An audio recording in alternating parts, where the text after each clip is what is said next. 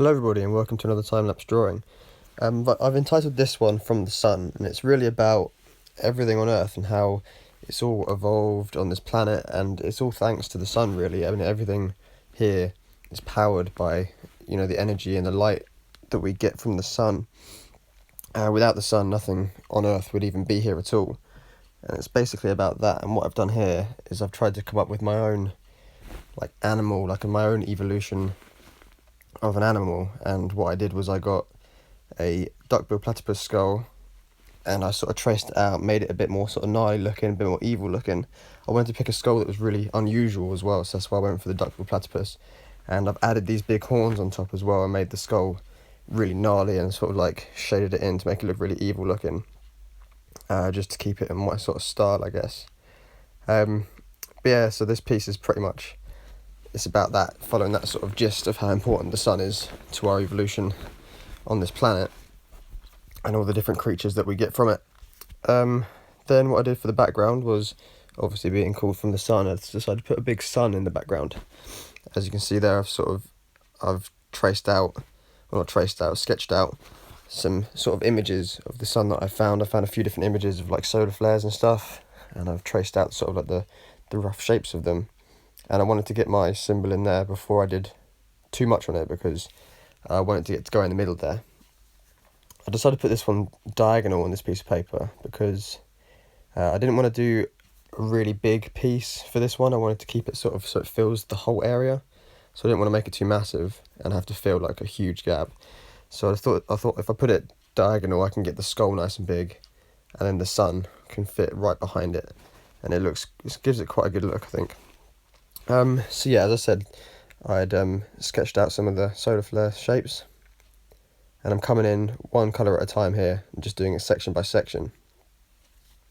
Sort of coming in with the dark reds and the lighter red, and then some of the oranges and the yellows, and then finish it off with some black detailing. And I just sort of did it section by section until I got to the end. I keep trying to sort of add interesting swirls and stuff, and I'm not too sure if, to be honest, I went a bit overboard. But I don't know, it all adds to the kind of really epic sort of effect, I guess, that I was sort of going for. And I think the colours and stuff, they come out quite well. For the background, I just went for the usual space, I guess.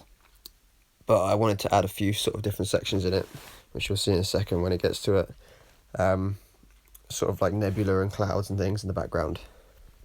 I didn't want it just to be solid black, and also it can get boring when you're just dotting solid colours constantly.